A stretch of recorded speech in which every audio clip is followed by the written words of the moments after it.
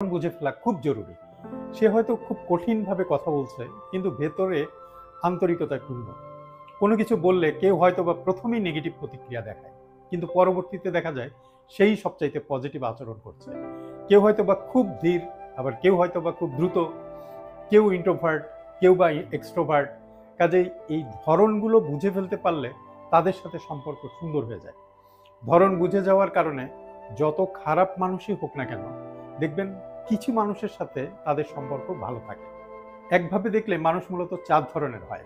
কেউ কেউ আছে আইডিয়া বা ধারণা তৈরি করতে পারে, এদের কাছে আইডিয়ার অভাব নেই, যে কোনো কিছুর উপর আইডিয়া দিতে পারেন, কিন্তু হয়তো ওই পর্যন্তই। তাদের এইসব কাজে লাগাতে পারলে ভালো রেজাল্ট বয়ে আনে। এদেরকে যদি প্রসেস বা অ্যাকশন ওরিয়েন্টেড করে আশা করেন, তবে হয়তো হতাশ হতে হবে। কাজেই তার ধরন অনুযায়ী আপনার প্রত্যাশা রাখতে পারলে সম্পর্ক ভালো থাকবে। আবার কেউ আছেন